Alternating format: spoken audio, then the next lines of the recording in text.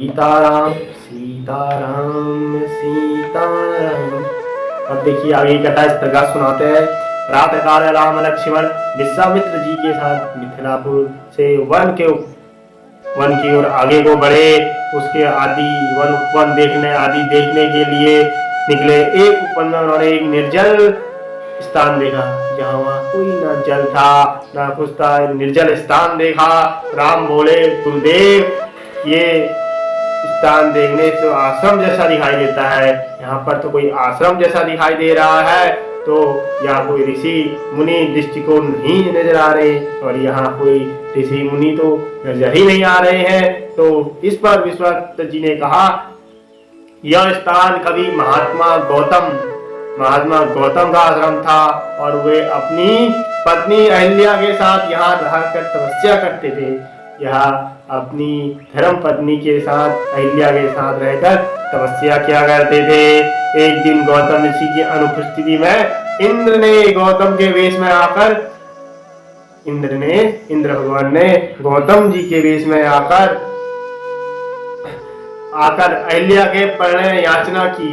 अहिल्या ने जो प्रार्थना की, इसकी याचना की। यद्यपि अहिल्या ने इंद्र को पहचान लिया था, मगर अहिल्या ने फिर भी इंद्र भगवान को पहचान लिया था। तो भी यह सोचकर कि मैं इतनी सौंदर्यवान हूँ, अहिल्या ने सोचा मैं इतनी सौंदर्यवान हूँ कि देवराज इंद्र स्वयं मुझसे प्रणय याचना कर रहे हैं। और फिर इंद्र भगवान मुझसे खुद हाथ जोड़कर याचना कर रहे हैं। वो सोच रही है अपने मन में कि इंद्र भगवान मेरे से याचना कर रहे हैं। यद्यपि अहिल्या ने इंद्र पे तो याचना कर रहे हैं, अपनी स्वीकृति दे दी। जब इंद्र अपने लोक लौट रहे थे, उसके पश्चात जब इंद्र भगवान अपने लोक को लौट रहे थे, तभी अपने आश्रम को वापस आते हुए गौतम ऋषि की दृष्टि इंद्र पर पड़ गई। और गौतम ऋषि जब ने देखा यहाँ इंद्र, उनकी ऋषि इंद्र भगवान पे पड़ गई। इंद्र भगवान पर पड़ गई। तो उस समय इंद्र उन्हीं के वेश धारण किए हुए थे, और उस समय इंद्र भगवान गौतम ऋषि के ही वेश धारण किए हुए थे। तत्काल वे सब कुछ समझ के उन्होंने इंद्र को शाप दे दिया। उसी समय गौतम ऋषि ने इंद्र भगवान को शाप दे दिया। इसके बाद उन्होंने अपनी पत्नी को भी शाप दिया कि हे दुराचारिणी, तू हजारों वर्ष तक केवल हवा पीकर कष्ट उठाती हुई, तू हजारों वर्ष तक हवा पीते हुए कष्ट उठाती हुई यहाँ राख में पड़ी रहे। जब राम इस वन में प्रवेश करे, जब राम भगवान खुद ही इस वन में प्रवेश करे, तभी उनकी कृपा से तेरा उद्धार होगा। राम भगवान जब वन में प्रवेश करे तो उसी से आपका उद्धार होगा, तेरा उद्धार होगा। तभी तू अपना पूर्ण शरीर धारण करके मेरे पास आ सकेगी। यह हिमालय पर जाकर तपस्या करने लगे। अब यह गौतम ऋषि जी तो हिमालय पर्वत पर चले गए तपस्या करने के लिए, वहां तपस्या करने लगे, घोर तप करने लगे।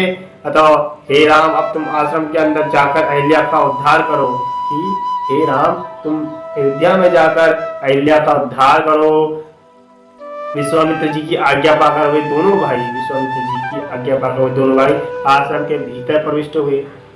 आश्रम के भीतर गए, और यहाँ तपस्यारत अहिल्या कहीं दिखाई नहीं दे रही थी। और जो तपस्या करते हुए यहाँ अहिल्या कहीं दिखाई नहीं दे रही थी, तो केवल उनका तेज संपूर्ण वातावरण में व्याप्त हो रहा था। और उनका तेज जो था वो वातावरण में बहुत ही व्याप्त हो रहा था, बहुत ही। तो तपस्या तेज वातावरण में व्याप्त हो रहा था। जब अहिल्या की दृष्टि राम पर पड़ी, जब अहिल्या की राम पर पड़ी, तो उनके पवित्र दर्शन पाकर राम जी ने अपनी चरण से उस पत्थर को, उस राख को जैसे ही स्पर्श किया, तो अहिल्या नारी बन गई। और फिर दोबारा से सौंदर्यपूर्ण नारी का रूप दिखाई देने लगा। सन्मुख राम को, लक्ष्मण को पाकर और श्रद्धा पूर्वक उनके चरण स्पर्श किए। तत्पश्चात उनसे चरित्र आदर सत्कार ग्रहण करके हुए मुनिराज के साथ पुनः मिथिलापुरी को वापस गए। ये थी अहिल्या जी की उद्धार कैसे किया भगवान राम ने, अहिल्या जी का उद्धार किया। बोलो सियावर रामचंद्र भगवान की जय। जय राधे।